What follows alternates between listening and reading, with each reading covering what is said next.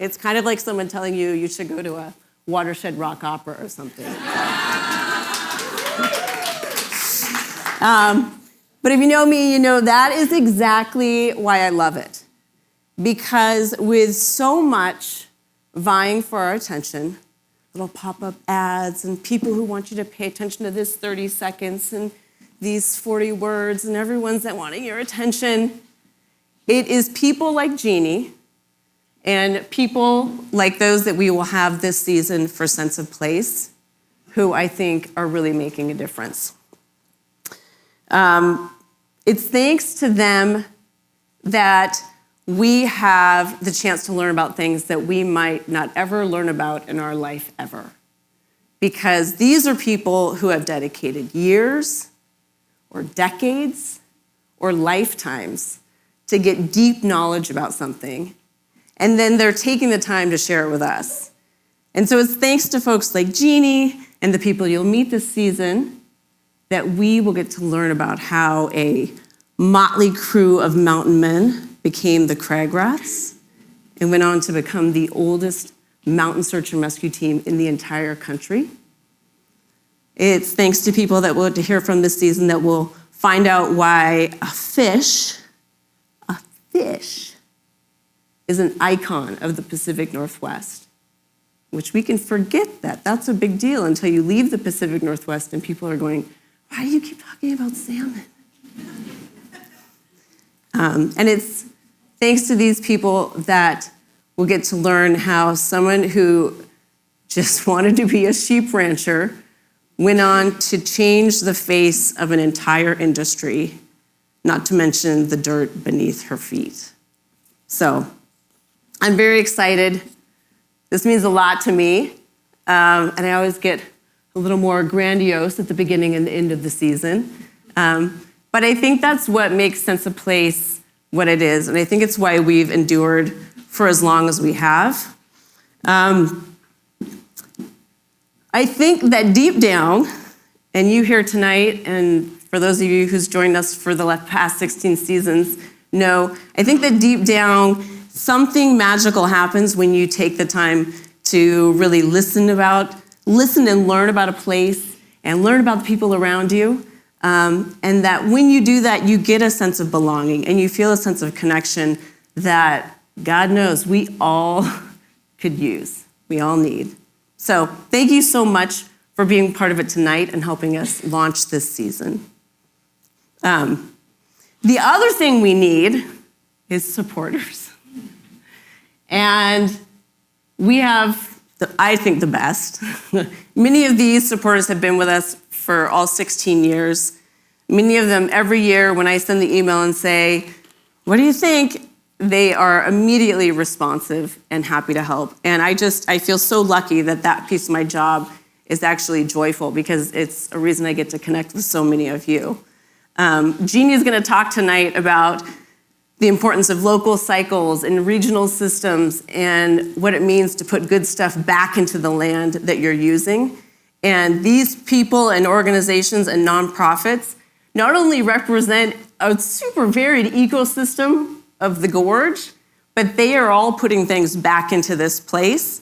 And so I hope when you have the chance, because you go to their business, or you support their nonprofit, or you see them at the coffee shop, that you do something to say thanks, because they're stepping up to help this community be a little bit stronger and a little bit more full of life. So, the last thing I want to say before we get to Jeanne is just nuts and bolts for the show.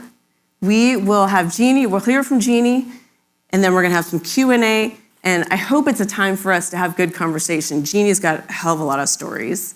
And then there'll be time afterwards to ask her some questions. And then that's the last thing I wanna say is, many of you know Sense of Place is a program at Mount Adams Institute. And at the end of last season, as federal cuts were reshaping the way this country is working, some of you know Mount Adams Institute had to lay off 6 of their 9 staff members. So, it's a big deal.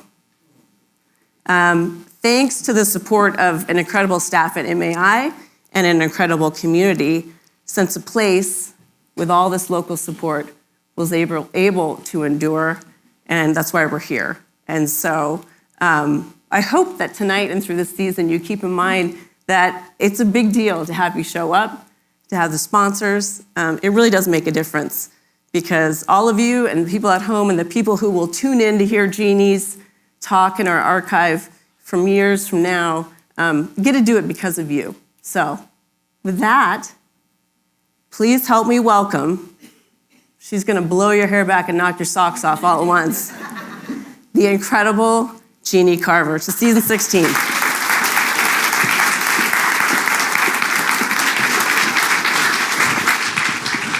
Wow, thank you. Can you hear me? So I'm moving things around. Hopefully I don't break anything. Well, I went out through the lobby a little bit ago to use the restroom, and I thought, this is a rowdy crowd. So you were having a great time. So I was like, wow. And thank you to whoever helped me figure out how to park. Thank you. I drove up and I see these use your mobile app to pay for parking. I'm like, oh my gosh. And I'm driving around and around because I've never used I've never done a QR code yet in my life.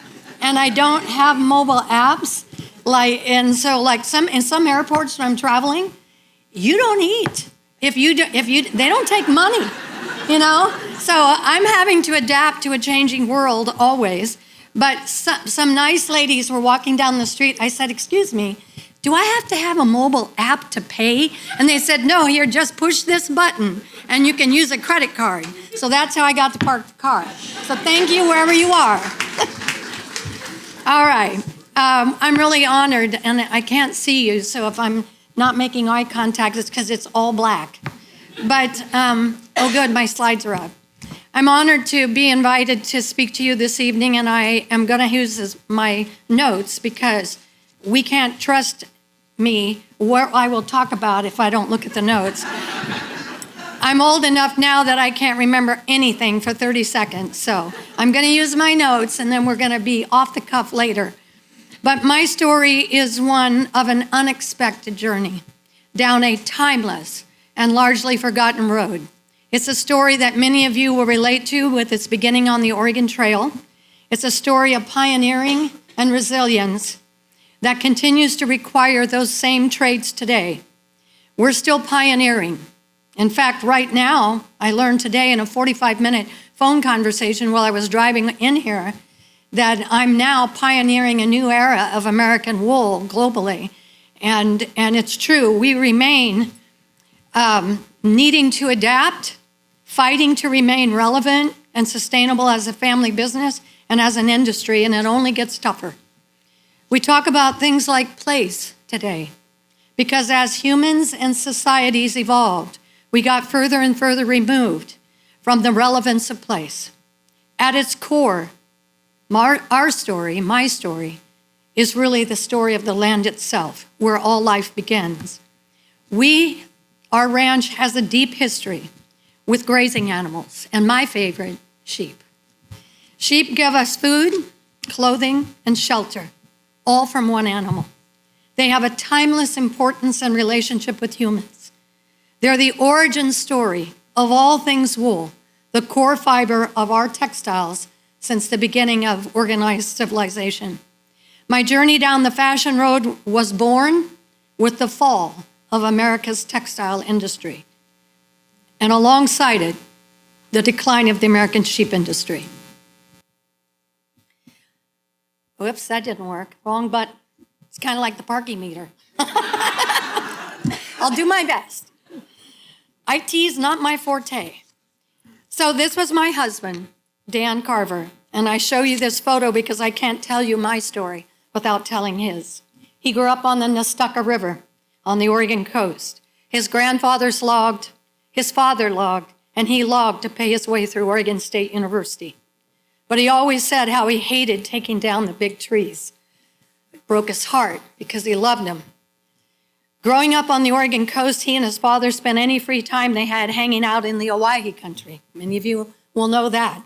Oregon's outback, to dry out, as they always said.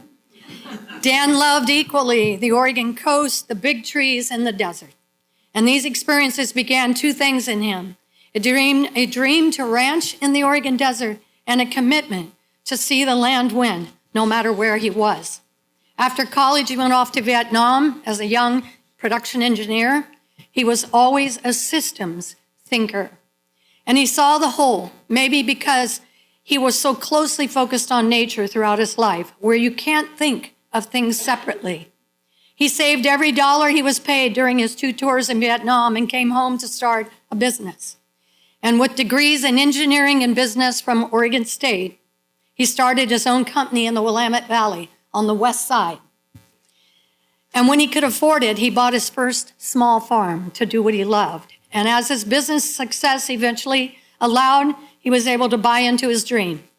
He was able to purchase the heart of a historic ranching operation east of the mountains in Oregon's high desert in the late 1980s, about 90 miles and 100 years north of Bend, if you get what I mean. In South Wasco County, it was the Imperial Stock Ranch. And as Dan's wife, I take on every role that's demanded as a partner in his life. And that means with the family, but it also means with the businesses, as you will see. So our story tonight is going to begin with the Imperial Stock Ranch.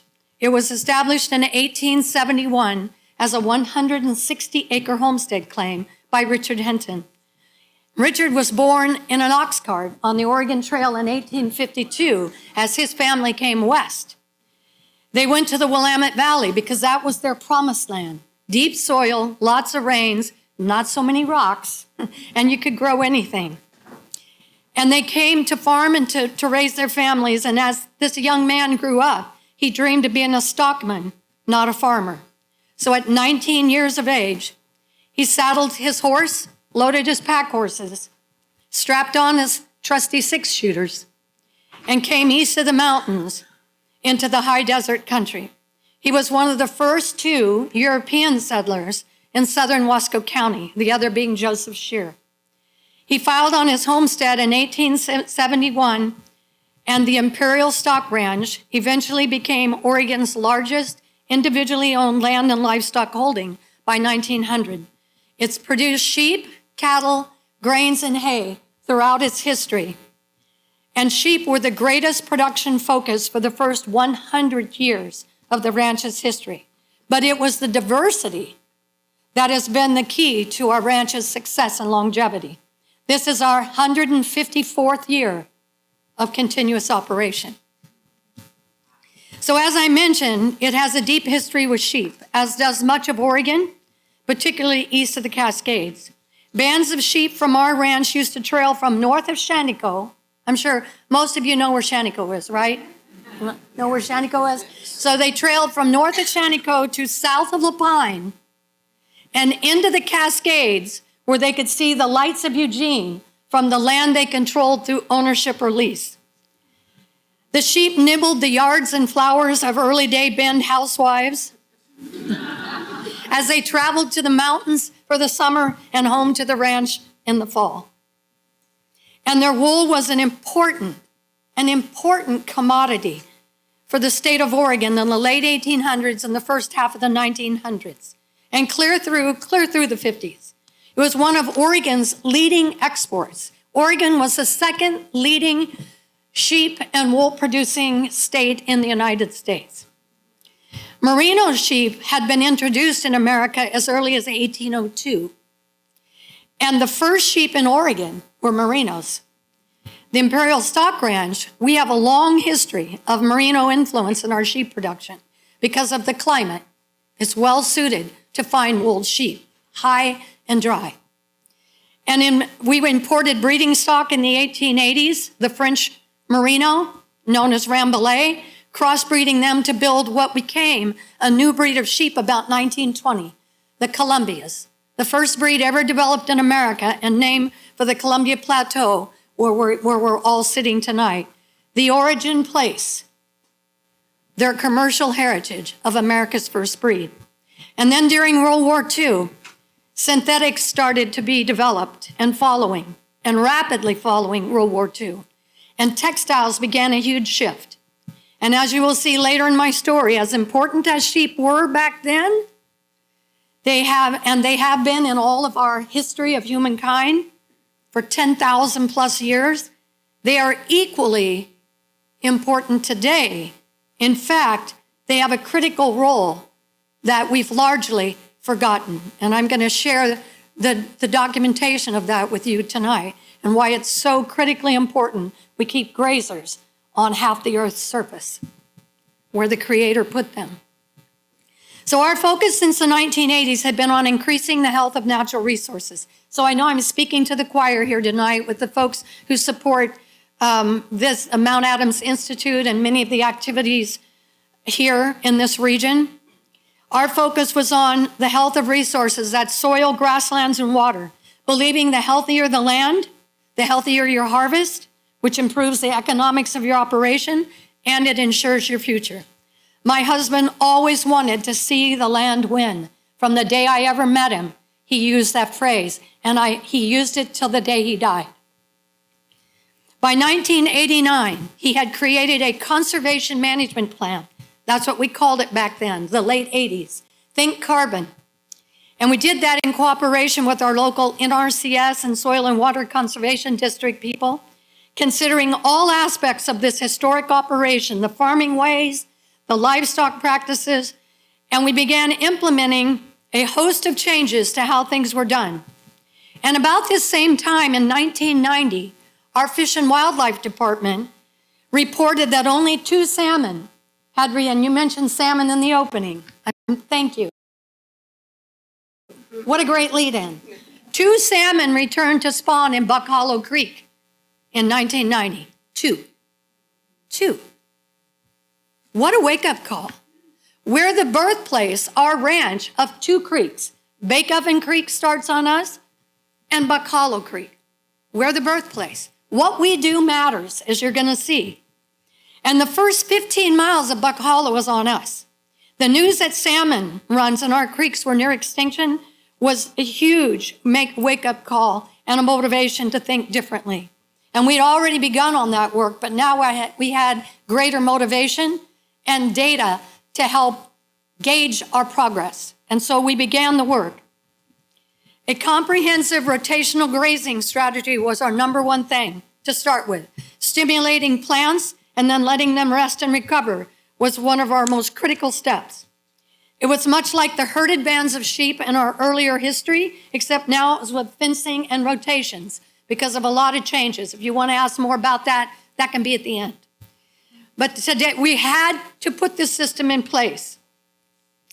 And we were applying a systems approach to managing soil, plants, grazing animals, and the interconnected relationships between them all. A thoughtful and intentional managed grazing program.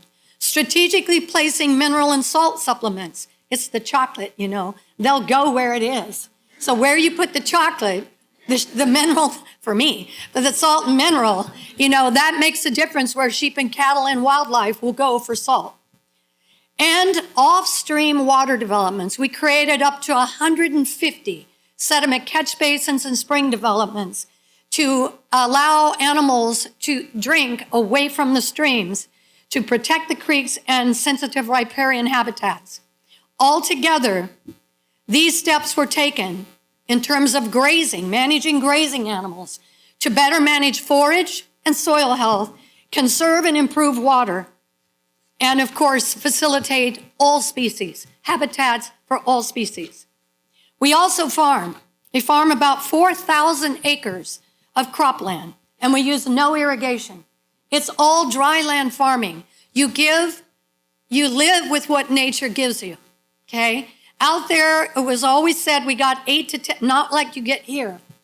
You get moisture here. We get 8 to 10 inches, they said, but it's been almost 8 years since we've had 6 to 7 inches of rain. So we're in a dry cycle. Maybe it's permanent. Who knows, right? But we must live with what we're given. So traditionally, you left the land fallow every other year and got a crop every second year. The idea was to keep 2 years of moisture to get a crop. But in the fallow years, when you didn't get a crop, you had to disc the fields to treat against invasive species, right? Weeds. And then you had to disc those to level them back out again. And then you had to go over them to pick up the rocks that every time you went over it, you brought up. So you were going over the fields over and over. In a year, you got no harvest. We used a lot of fossil fuel driving over those fields when we didn't get any crop from it. And all that disturbance led to the loss of precious moisture. And at one point, Dan said, we cannot do this anymore. I don't ever want to lose another drop to evaporation. And he parked the plow in 1995 and 6 and said, we will never plow the land again. And he converted us before anybody was doing it to no-till, direct seed, making the plow obsolete and eliminating bare ground, keeping plants over the land all the time, eliminating erosion, and utilizing livestock across all that acreage, building soil rather than losing it. And over time, we saw amazing increases in soil health and available water. So we didn't work alone. Dan was a leader in getting all the landowners and our agency partners, we could never have done it without them, all together to make a concerted effort toward healing Buck Hollow Basin and try to see if in our lifetime we could return salmon to those creeks. We didn't know if we would see it in our lifetime, but I can tell you that by 2010, within 20 years, we had record numbers of salmon returning back to Buck Hollow. And we knew then that what we do matters. Salmon are perhaps the greatest indicator species. You didn't know I was going to talk about this, did you? Of the health of the entire system. They're an incredible indicator species. Not the only one, but certainly significant. They tell us our collective future. And they're more. And I think you're going to have a speaker later in this series that's going to talk about that. But salmon, as we know, symbolizes life, renewal, resilience, and a sacred cycle of nature to native tribes. We'll see, we don't change history. We're just part of it. We're living history. And it's going to continue to evolve. So for us, as descendants of European settlers in this part of the country, we were living on this land in this place. And we were seeing this nature and these miracles every single day of our life. We see the salmon hatch, right? And they begin that journey down the creek into a little bigger creek. And they keep going to a bigger creek and into the Deschutes River and down the Deschutes River to the Columbia, out through the estuary, past all the obstacles into the Pacific Ocean to live their life. We didn't create that. We didn't design that. We're not that smart. Something greater than us does this. But the miracle of miracles is that those salmon know they must return home before they die. And somehow, surviving commercial fishing, predators, and all of the obstacles in the ocean, they find the mouth of the Columbia, and here they come.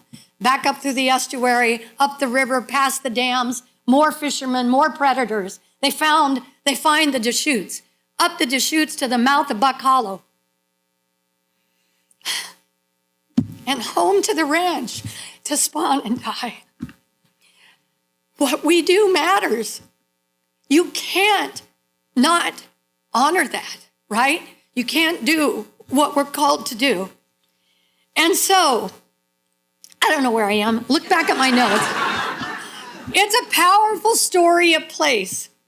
Most of the time, people don't think about Bake Oven, driving out Bake Oven Road, or any other interior area being that important to salmon.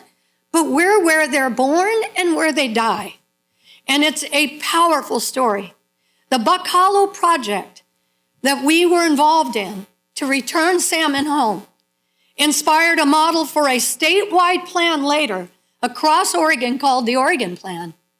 Our project inspired the Oregon Plan and blanketed the state of Oregon with stakeholder groups to work on preserving, protecting, and facilitating every waterway in the state of Oregon.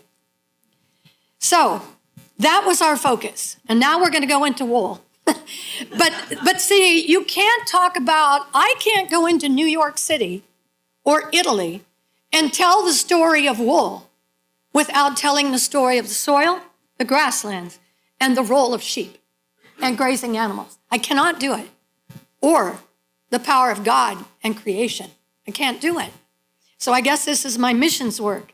But this had been our focus, was tending this amazing landscape, this place, and the animals created to graze it.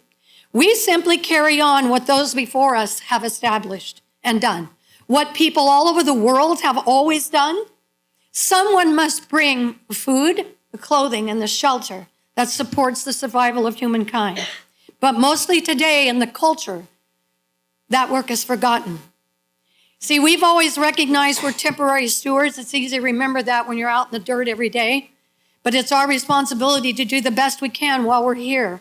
And we know that grazing animals, both wild and domestic, play a critical role in the health of ecosystems. That's why they must remain on the land. We can't continue to see them disappear.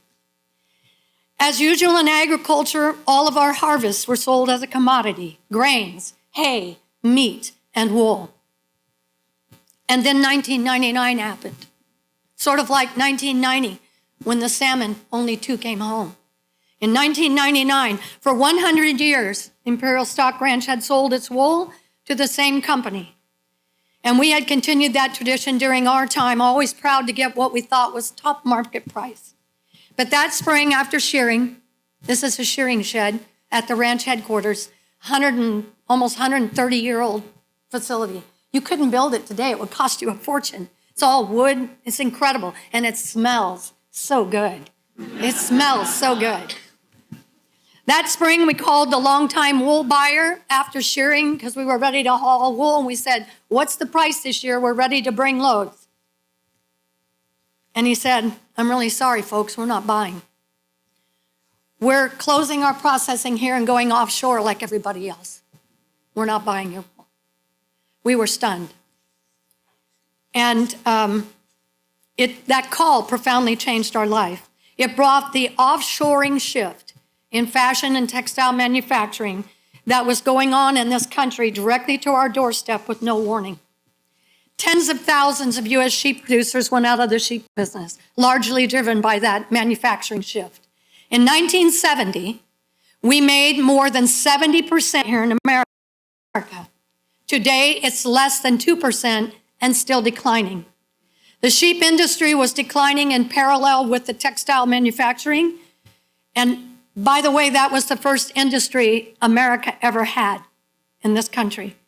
Between 1996 and 2000, in just 4 years, 26,000 sheep producers went out of the sheep business in America. We're still declining because it's a hard battle. Was anyone thinking, I'm the only one I ever hear say this, was anyone thinking about the impact of that to the land, of removing all these grazers? What that would do to the climate? To take our grazers away? No, I can tell you, nobody was thinking about it. They're still not thinking about it. I'm trying to change that. Our ranch had such a deep, rich history with sheep, so has all of humankind, as I've said. How do you say they don't matter anymore? We don't need them. So I was given a new challenge. Dan said, find a way to sell the harvests or sheep are gone from the land. So let me say that I had no idea when I began this journey that year, that spring, right then, that it would take me not only back in time and in history, but it would simultaneously propel me into a future I could not have imagined, and I still don't know where it's going. That change would become the vehicle that would connect me to the timeless traditions and skills of making clothing as well as food, would take me to the very roots, teach me and deepen not only my agricultural experience, but my entire life perspective. From that day forward, I took us from ranch to retail in our own branded products, and many of you may have followed that story. Wool yarns, apparel, home fashions, production yarns to brand partners. I built supply chain relationships to transform the greasy wool into something I could sell. And wholesale and retail relationships with brands and stores and restaurants, eventually working with some of the most influential brands in America and known around the world. It didn't happen overnight. Sorry I cut her head off, but my photo was vertical and I couldn't make it fit, but what we got was the clothing. That's what mattered. Sorry. And I'm also not very good at the IT stuff. So I didn't do it alone. I mean, it took so many hands to make this work. This has been truly the work of a community of people, a country of people. Just as we had done with our natural resource agency partners in managing landscapes and natural resources, I reached to local experts. And there's lots of stories about how I found these people or they found me. But I connected with fiber artists, like these two ladies who are incredible weavers in our region, as well as wool processing and manufacturing partners as close to home as I could. We built it one step at a time. And me never dreaming what it'd become, because I couldn't dream that big. Yeah, I was simply trying to keep sheep on the ranch. You know, it's a keep peep program. That's what it was. Keep peep the sheep. And the regional fiber artists helped me learn. Oh, did they teach me. And they transformed our sunlight harvest, sunlight energy, photosynthesis, soil, seeds, water, plants. That process creates growth in the plants and vegetable matter. And that vegetable matter is protein. And the Grazing animals come along and bite that, and they convert it to all the things we need: food, meat, fiber, clothing, and skins, shelters. This is the miracles of nature and creation. And so they taught me, and I took them on a journey to the roots. I'm not sure. Oh my God, Dixie there. Okay. Eventually, I had more than 20 fiber artisans helping transform those sunlight yarns into finished saleable goods. We connected them to the origins of fiber, the beginning of the value chain, and they took me on a journey to the importance of preserving traditional skills in this culture, as well as every other culture on the planet. I had no idea all the things I didn't know and all the lessons that I was going to learn. We made the ranch to restaurant change with our lamb at the same time, and I used to run a 15-hour delivery route every week. One day, left the ranch into the processor, pick up the cuts, on down through Central Oregon as far as Sun River.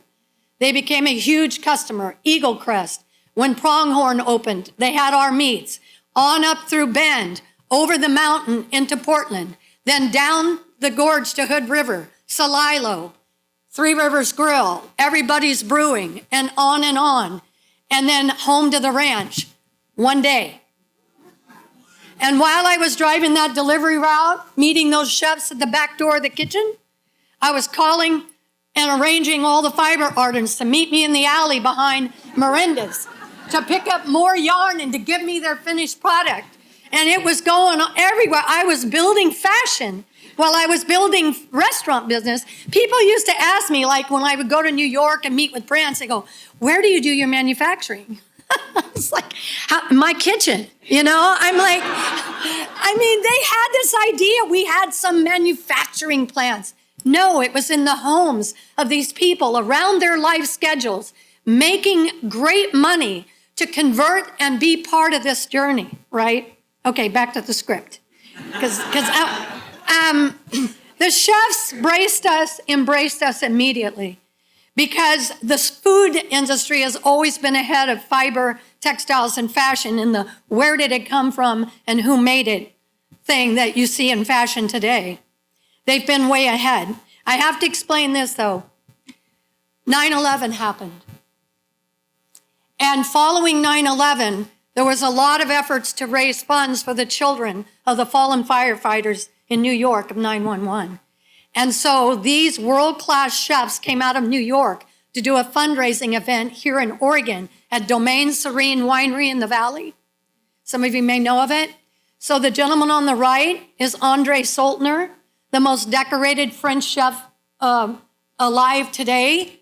Dominique Cerrone is the tallest chef there. And then the chef in the hat from Seattle. These are all world-renowned chefs. They brought them together and they asked the Oregon chefs, where can we source our premier course is going to be lamb? Where do we source it? And they said, from the Imperial Stock Ranch. And so I delivered 6 whole lambs to these guys for this event. I didn't ever get to eat it because I didn't buy a ticket. But I got to be in the back room when they did all the prep. And you notice what I'm wearing? It's the skin of the meat lamb. Because that's another story, and I digress, but I'm going to tell you one of the so many lessons.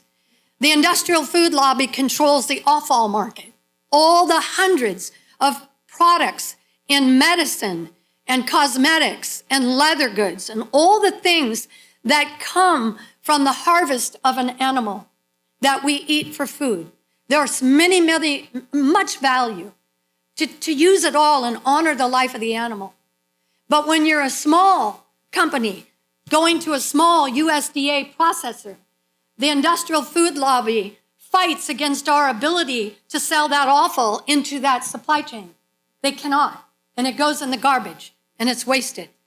And it broke my heart. So I started sneaking all the skins home. And I set up a room in the barn. I went to see our local taxidermist in Duford. And he trained me on how to cure the hides and the pelts. And so Dan didn't know I was doing this, but I would bring them all home. We were doing 15 to 20 a week. And so after dinner, I would go to the barn for a few hours. And I was scraping those hides and cutting the tails out and salting them to dry them, to cure them so I could bale them and ship them to be tanned so we could honor the life and bring that into our textile product. So kind of a big story, but it was an amazing event. But we valued everything. We valued everything. And so even the skins of the lambs became part of the textiles. And all of these people became part of our life. From the yarn store owners, the fiber artists, our processors, our chefs and restaurant owners, the people that touched every part of the harvest. They made our life richer and they became part of our family. They made it possible for us to sell a harvest. And without them, we would never have made it. America needs to rethink what makes us strong. Pairing our wool products with our long heritage and our leading agricultural practices was instinctive. I didn't have any degrees in marketing or design or graphic design or merchandising, but we had been implementing our conservation management plan at that point for 10 years. And we're seeing amazing changes on the land. And by putting that story, it proved to be at the leading edge of the culture. And it resonated with authenticity.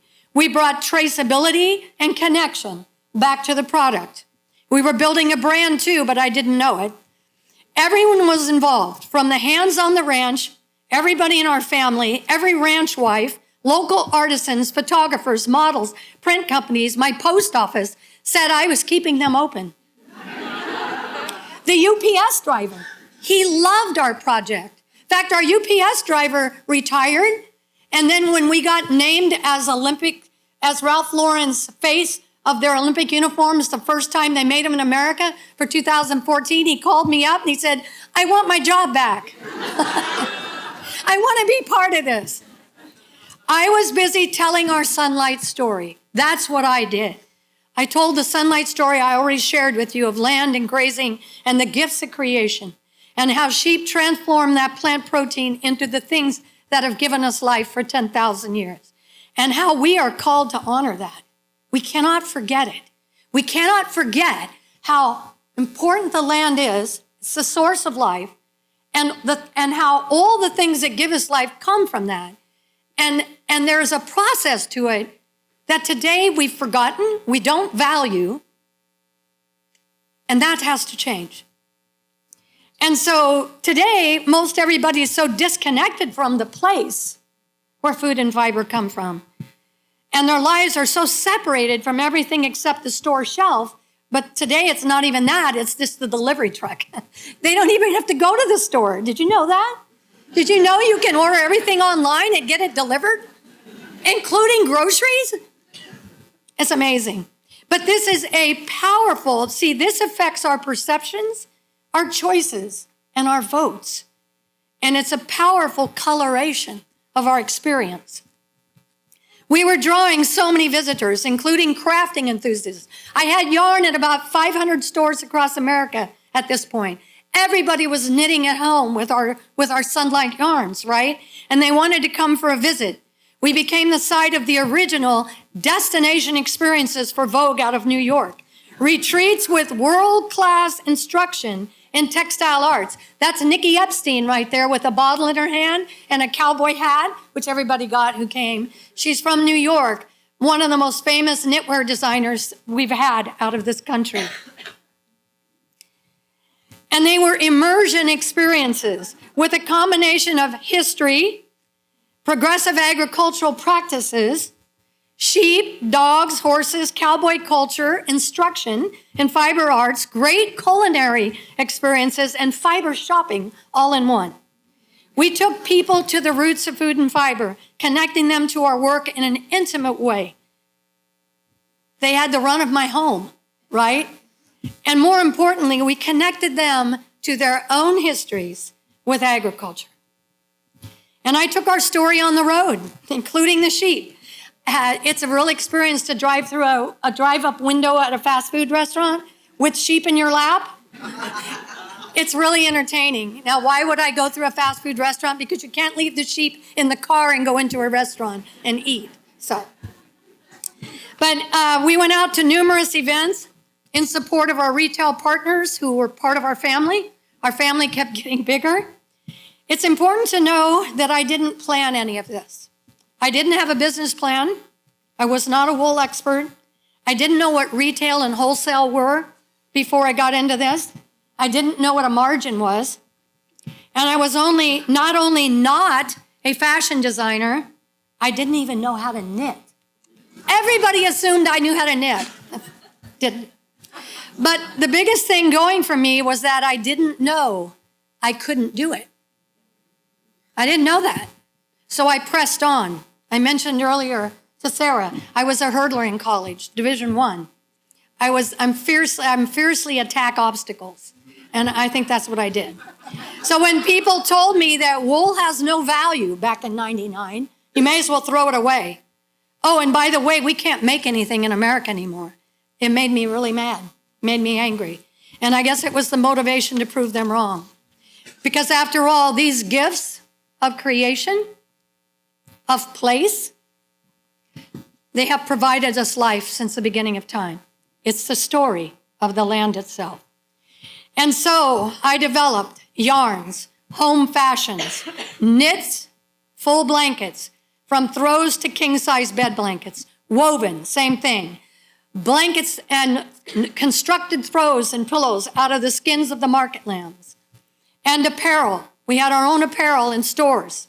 We opened in downtown Portland at Mercantile. You know it? And eventually to a world stage at the Olympic Games.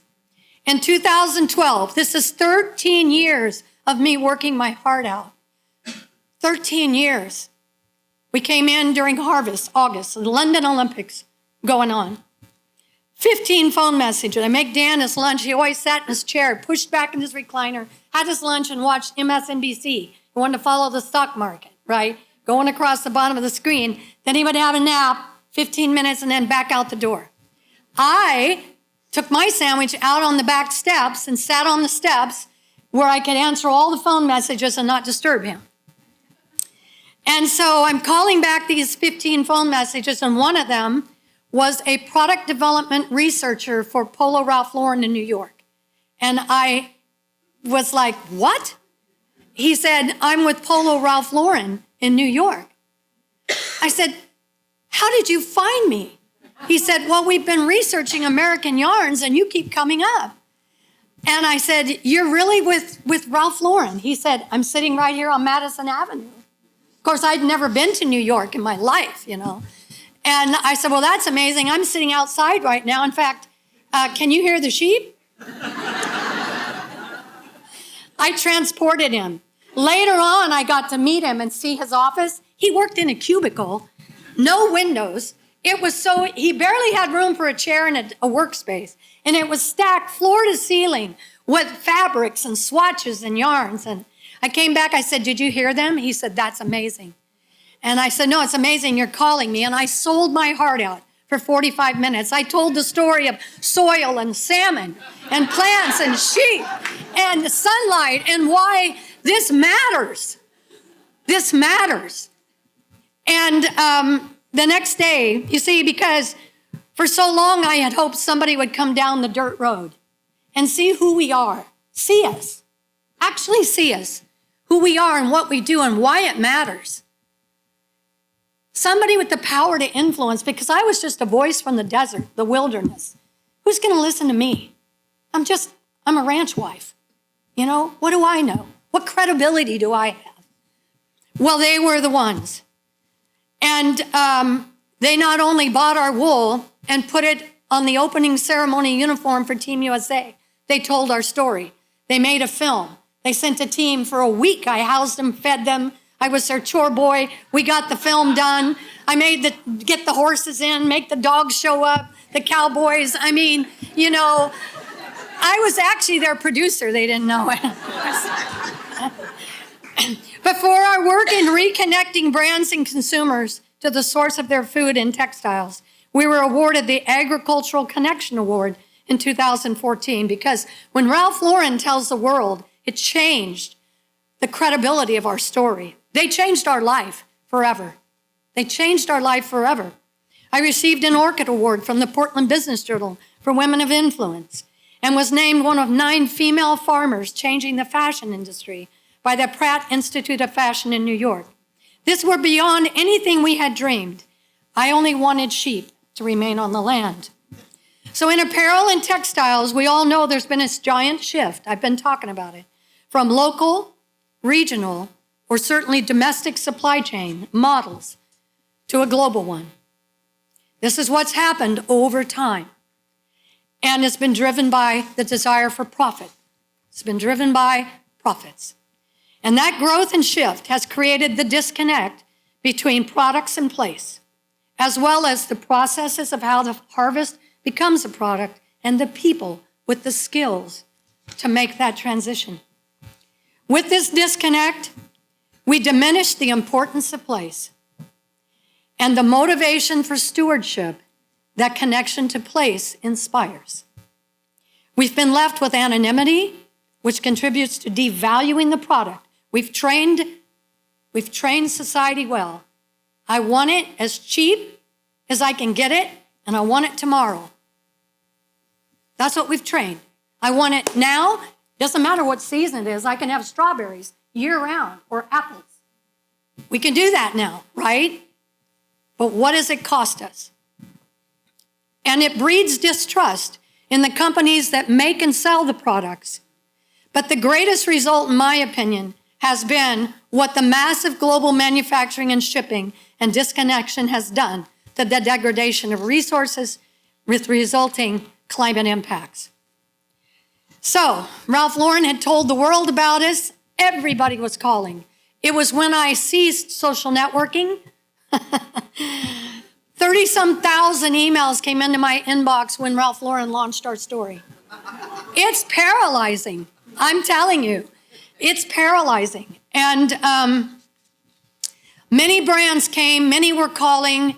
We began working with a lot of people from J. Crew to, I can't remember them all, but one call was Patagonia. Patagonia had a problem in their South American supply chain, wool supply chain. PETA had exposed an incidence of animal abuse. And it's very costly to a company when that happens. And they were involved with a lot of brands at that time, this is 2015, in building a standard that would be third-party audited for land care and animal welfare in the production of sheep and wool. So a lot of people were involved. It was a very broad stakeholder effort, global. Nature Conservancy was involved. Many animal rights groups were involved. Brands were involved. Nonprofits were involved. And the supply chain was involved. And producer groups were involved from around the world, New Zealand, Australia, South Africa, South America, all the considered major wool producing regions of the world. See, America used to produce more wool than any other country in the world. Today, we're not even thought of. No one even thinks American wool for anything. We've diminished that far. We're not considered. And so Patagonia called me. I guess I didn't tell you previously, but I'll just slide it in right now. Yvon Chouinard had read about us in a magazine back about 8 years earlier. He comes to fish the Deschutes River. He'd reached out, and he spent a day with Dan and I on the ranch in 2007. And when he got done with that day, we toured him. We went through the headquarters, all the historic stuff, all the textiles. I fed him. Everything he ate was from what we produced.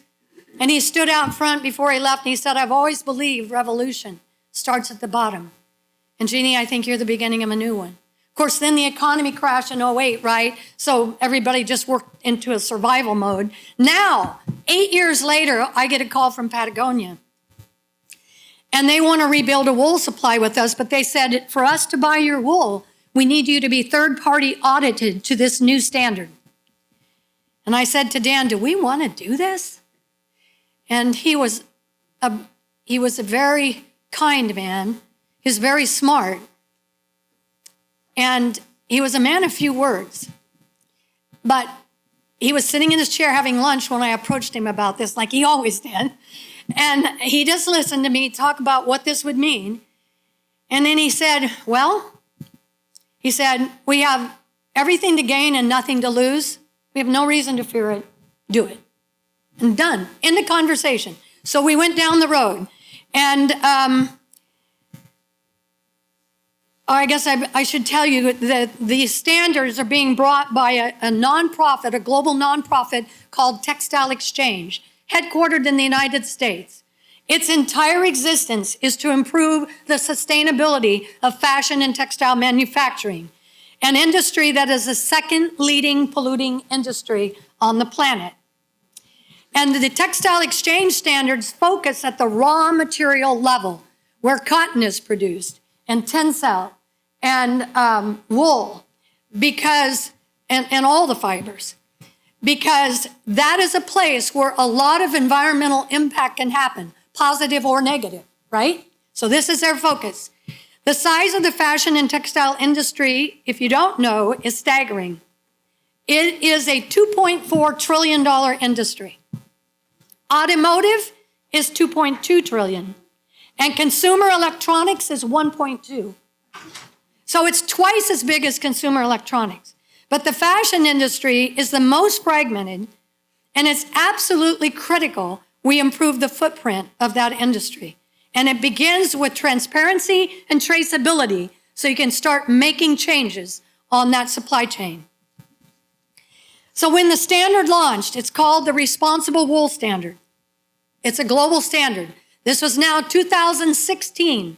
When that standard launched, Imperial Stock Ranch, South Wasco County, right here in this region, was the first ranch certified in the world. And we did that because we believed that the standard aligned with the values and practices we already had, and we believed it was an opportunity. It wasn't to be feared. It should not be feared. It was an opportunity to showcase good practices in agriculture. That's why we did it. It also, the RWS standard connects the origins of fiber all the way through every step into product, providing full traceability and decreasing the risk of brands to being associated with land degradation or animal abuse or worker mistreatment or unfairness in terms of wages. So today, the Responsible Wool Standard is the leading standard in the world for sheep and wool production, and I cannot tell you how important this standard is globally. It's now you're in to sell your wool. And America, the rest of America, is seeing what's happening with that. And because we were the sole ones to move down that road. This standard, I think I know where I am, includes more than 275 criteria split across 3 modules: land health, animal best practices in animal husbandry, and workers, social welfare of workers. 3 categories. So now I'm involved in these global meetings with Australian producers, New Zealand, South Africa, South America, all the brands. I'm part of these global conversations. And I can see the adoption of this standard growing rapidly in other wool-producing regions. And with the demand growing, we believed that certified wool was going to be an important part of the future for America to remain competitive. And so we launched a new company. It was time. And we did it in honoring a bigger story than ours. You know, other ranches aren't going to join you and want to market under your ranch's name.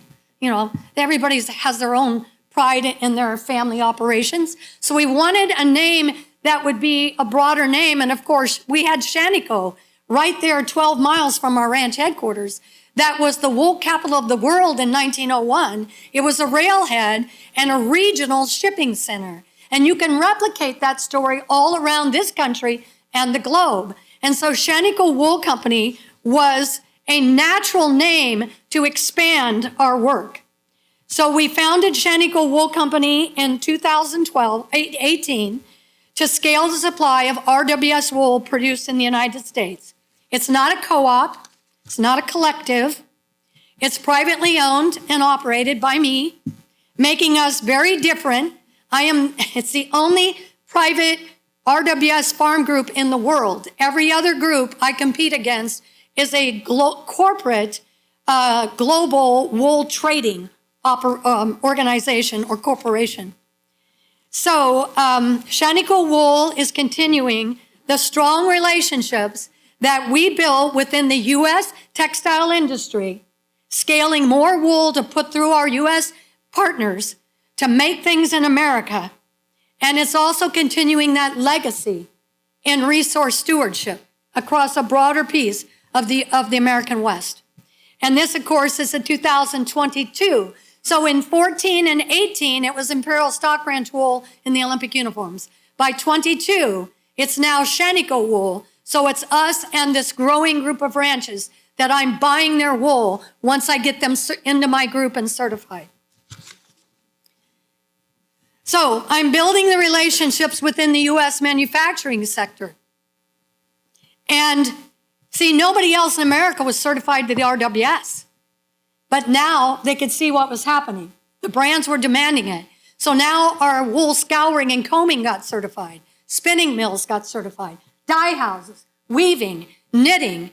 And I consulted with every one of them to go there, go through a fake audit, help them get their paperwork and documentation, because I knew this standard, so that we could fly through those audits. And we built an entire, fully baked, certified RWS supply chain in this country. And also, because we only have one combing mill left in North America. It's a bottleneck. So all wool's got to go through there. And they agreed to develop a licensing deal with me. So they became the exclusive seller of Shanico wool, which streamlined delivery out to the spinning mills and manufacturers. It was good for us, and it gave them more margin and incentivized them to keep my wool combed, washed and combed, and going out the door. So it was good for all of us. They had their own brand standard called Nativa.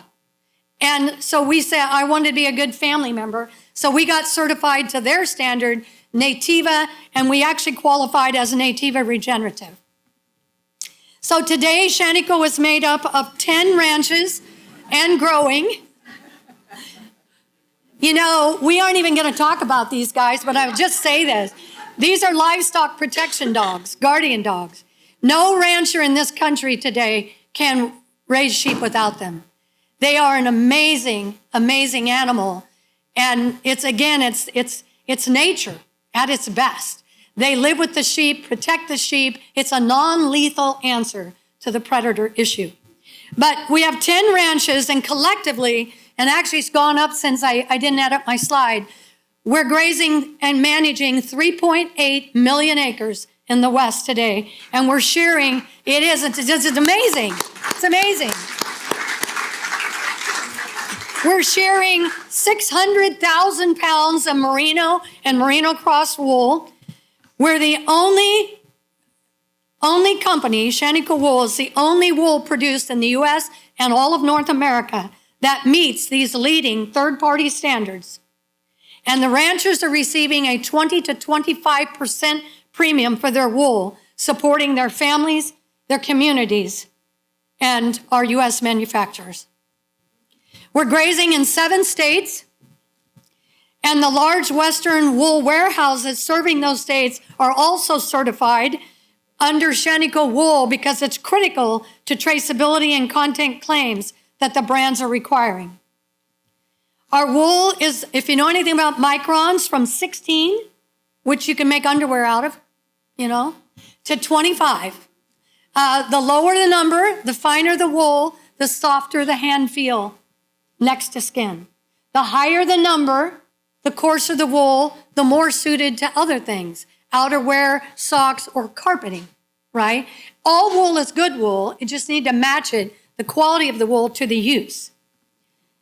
And the ranches of Shanico Wool are all family operations, multi-generational, who've been on our land for 100 years or more like us.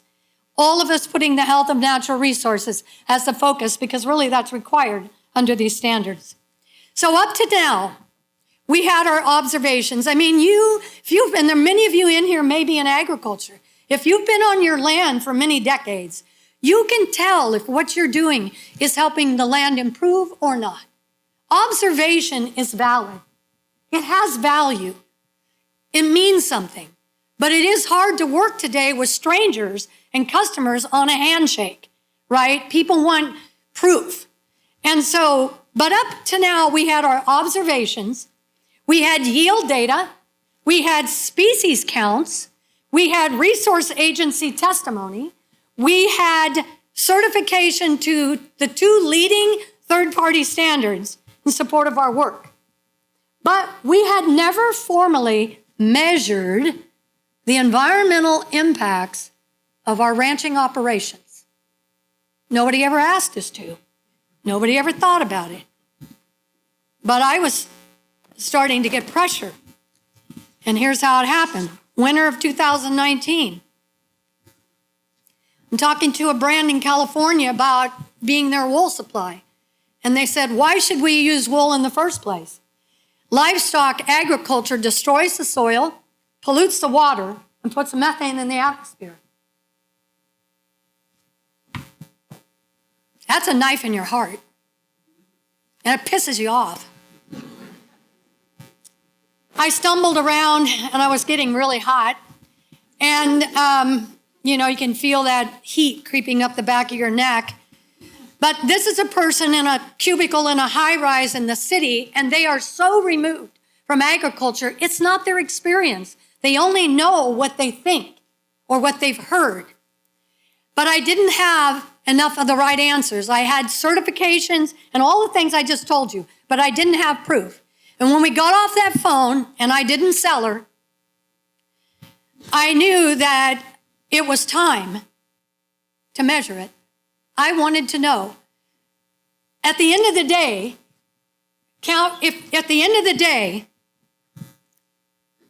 with our electrical use, our fossil fuel use, equipment, inputs, methane emissions from the livestock, everything we do, plus the impacts of the grazing animals and the no-till farming and all the things we've been doing and all the things we try to do to improve land health and grasslands and eliminate erosion and improve water and habitat. At the end of the day, are we net negative to the planet or are we net positive?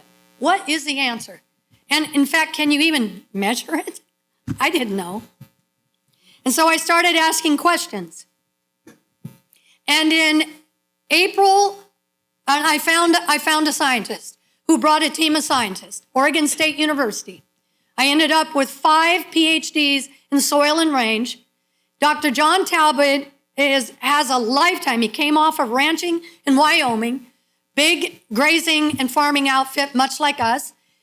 He had gone through all of his studies and all of his research. He was a professor near retirement at OSU, and he was really grounded in the real life of ranching and the research and the data. And I said, John, can we determine the net footprint of our ranching operations? He said, yes, Jeannie, we can. He was involved in the Big Sky Project. He built carbon credits 25 years ago and sold them into DC by ranches in Montana. He was part of the Chicago Climate Exchange that built a program and then failed. He understood why. He said, Jeannie, we can, but if we build a model, we want to build a model that will meet all challengers. I said, then let's build it. Let's do it. He thought I meant on our ranch, and he agreed. And so we started putting it in place in April of 20. And I said, but I want to move it across all the ranches, John. At that time, it was 2.6 million acres. They thought I was nuts. But we did it. And so we worked with this team, and this was going to be what I called the Shaniko Wool Carbon Initiative. Because carbon, soil organic carbon that we were putting into the ground, if we were affecting its loss or the banking of it, we were going to know that. And this was going to be a key performance indicator to see if we were helping the land win. Dan's desire. I only wish he could have lived to see what I'm going to share with you now. But he passed away over 4 years ago, and we did not have the results from this research yet. So I didn't know what we would learn, but I knew that we would have a tool we'd never had before, and it was going to help us.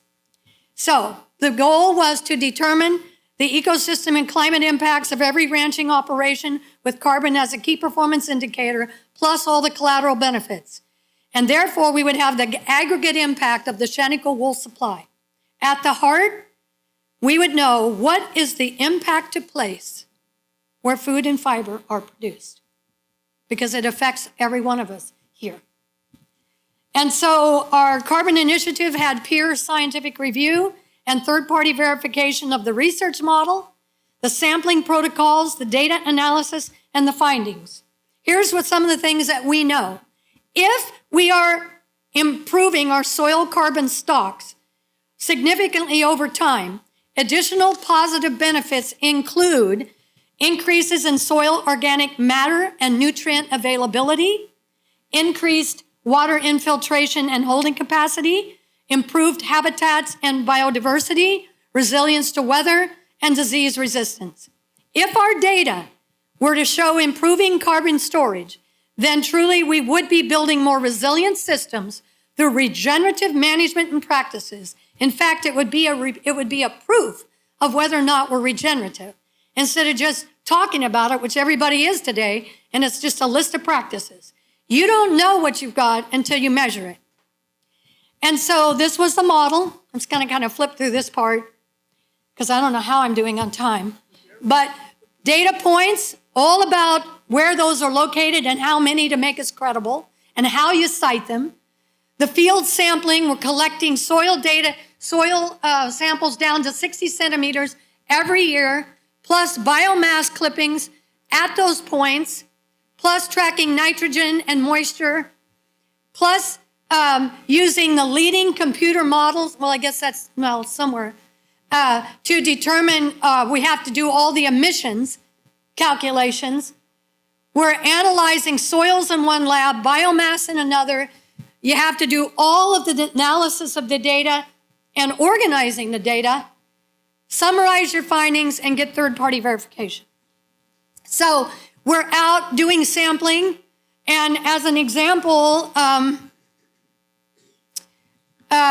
in order to be credible, for the first 1.5 million acres, we were supposed to put down 140 sampling points, and we laid down 236. We used GIS soil scientists across and accessing satellite imagery plus soil maps to guide us in establishing these points, because these points have to be cited based on soil types, plant communities, altitudes, use, and slopes. And then, of course, we're using the leading computer models to determine all of our inputs and our emissions, accounting for the things I mentioned earlier, electrical use, fossil fuel equipment, methane emissions, in order to determine our net impact.